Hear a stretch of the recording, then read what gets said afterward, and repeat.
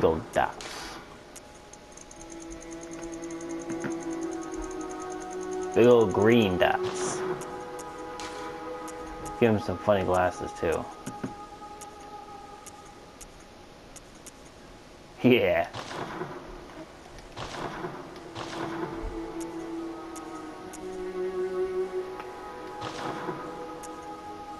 Looks pretty good to me.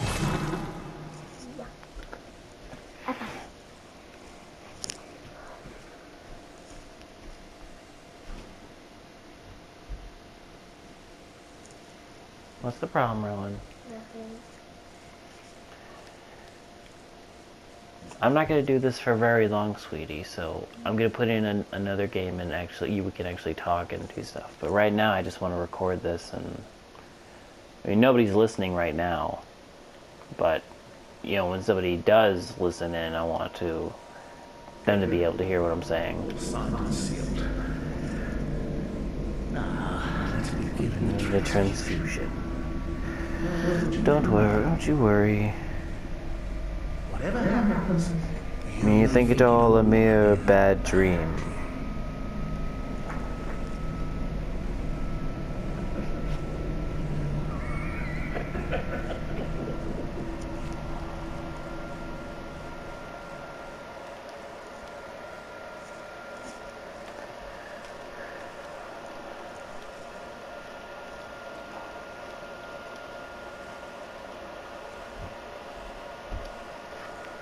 Alright, we're just gonna go ahead and skip that.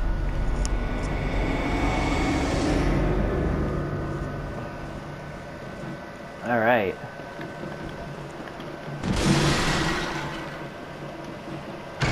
Moving on right on in here is Sefka's clinic.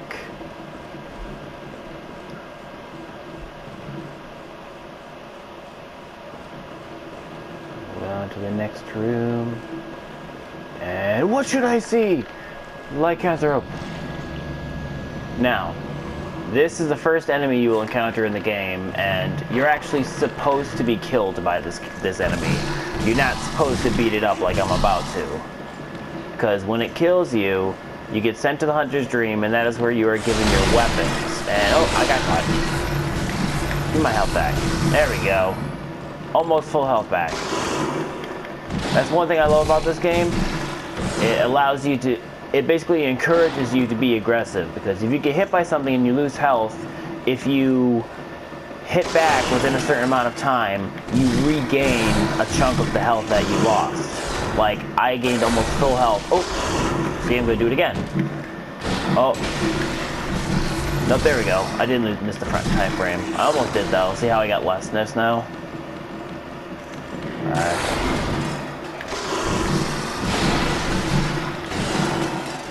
But anyway, after you kill this guy, or he kills you, you get sent to the Hunter's Dream where you get to select your weapon and your firearm. The Hunter's Dream is basically the hub for your character. You can warp from there, you have shops there, and there are a couple NPCs there, the doll and Gehrman.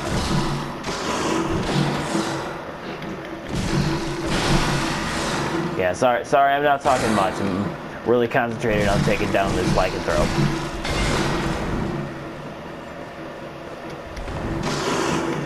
This is honestly more difficult than some of the bosses in this game are. Just this scene right here, trying and knock. Oh, and I failed. I almost had him though. He was down to a small sliver of health. But now, as you can see, once you have died for the first time, you'll be taken to the Hunter's Dream.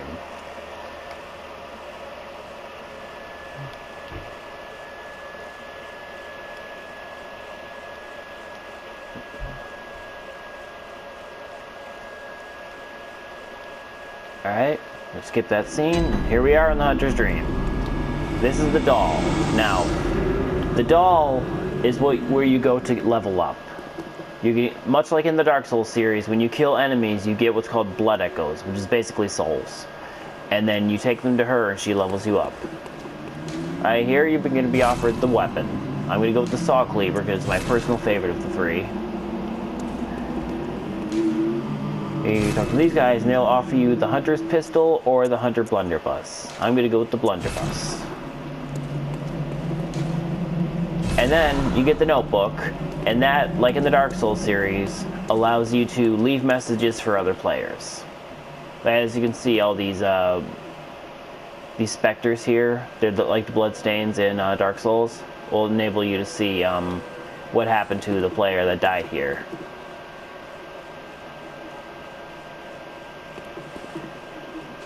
Alright, I'm going to go ahead and equip my saw cleaver and my blunderbuss.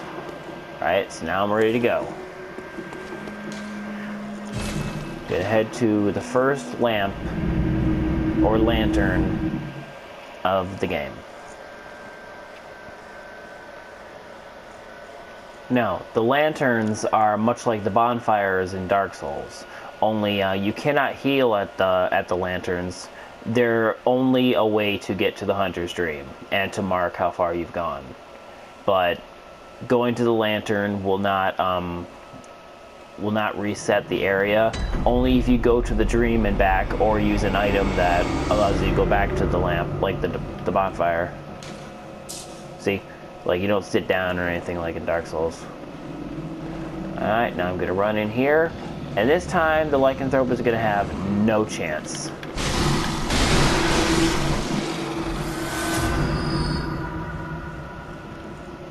Blood Echoes retrieved. And I got a few blood vials from them. Alright, now for the moment of truth. Up through this door. Welcome to Yharnam. This is such a gorgeous game. It's just like the epitome of the gothic horror.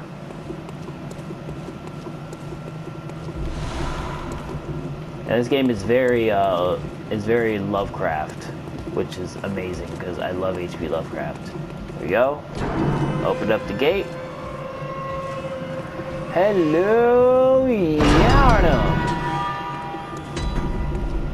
Need to run down here. We got some blood vials. You're gonna need them, especially if this is your first playthrough of this game.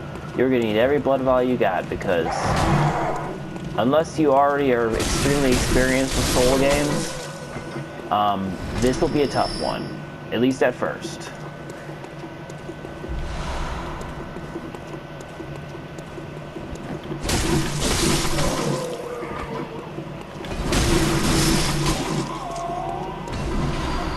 Oh, Molotov cocktails and blood vials.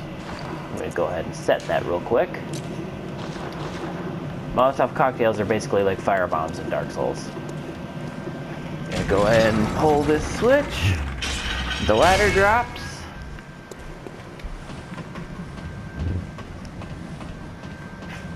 I'm going to head up here.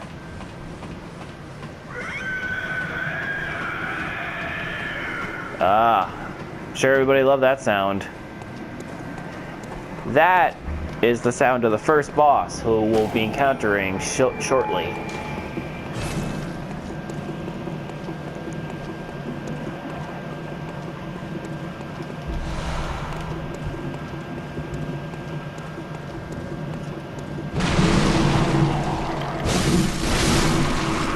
That's interesting. Usually that guy is a one-shot.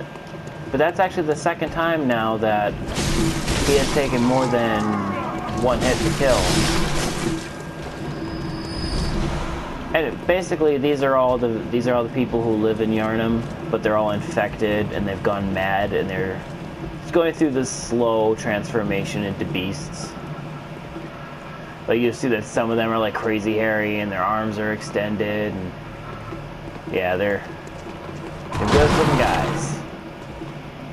Come on.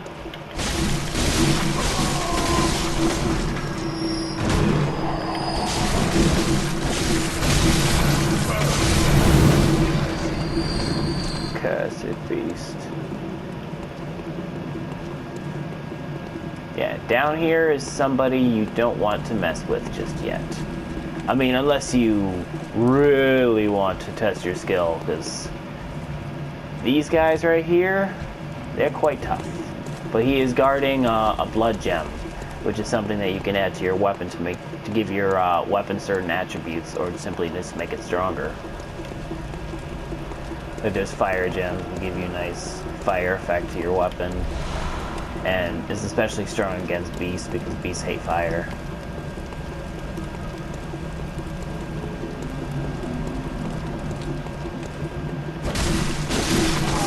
Whammo!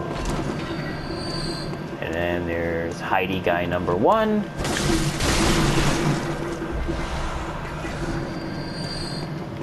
And Heidi guy number 2.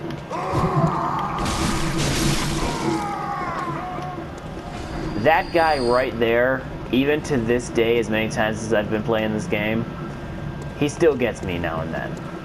Now and then I just wouldn't happen to be in this area for so long and just completely forget about him.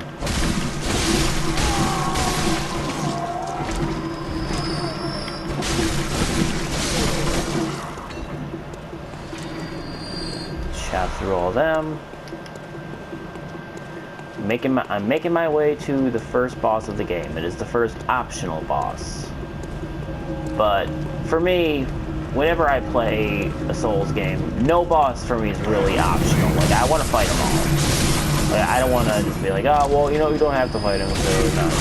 No, I like to fight all of them. The only optional Dark Souls boss that I haven't beaten alone, at least, is the Nameless King. I've never beaten him by myself. I have tried many a time, but I also just haven't been back to Dark Souls 3 ever since the remaster came out. And speaking of the remaster, another optional boss in the Souls series that I've never fought was Crossbreed Priscilla, simply because I think she's so cool, and I'm like, why would I want to fight her? She's so awesome. But I'm sure I will eventually, simply so that I can have the experience, and I'm gonna get killed. Look out! Pop a blood vial. Alright, I just healed. Kind of like your Estus, only you can carry 20 of them at a time.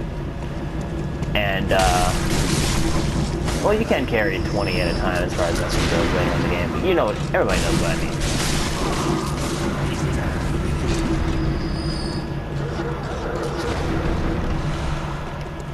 Doggy! Doggy!